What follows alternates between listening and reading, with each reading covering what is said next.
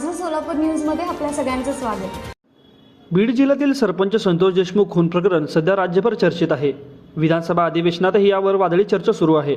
अशातच या प्रकरणातील मुख्य आरोपीचे एन्काउंटर किंवा फाशीची शिक्षा मिळवून देणाऱ्यास एका शेतकऱ्याने चक्क 51 लाख रुपये आणि 5 एकर बागात जमीन बक्षीस देण्याची घोषणा केली आहे। सोलापूर जिल्ह्यातील माढा तालुक्यातील वडशिंग येथील शेतकरी कल्याण बाबर यांनी ही घोषणा केली।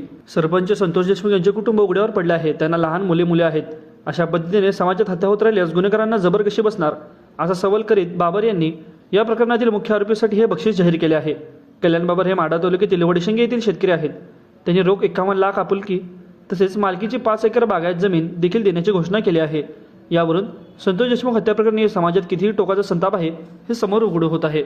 माझं सोलापूर न्यूज या यूट्यूब चॅनलला सबस्क्राईब करा आणि बेल आयकॉन प्रेस करायला विसरू नका।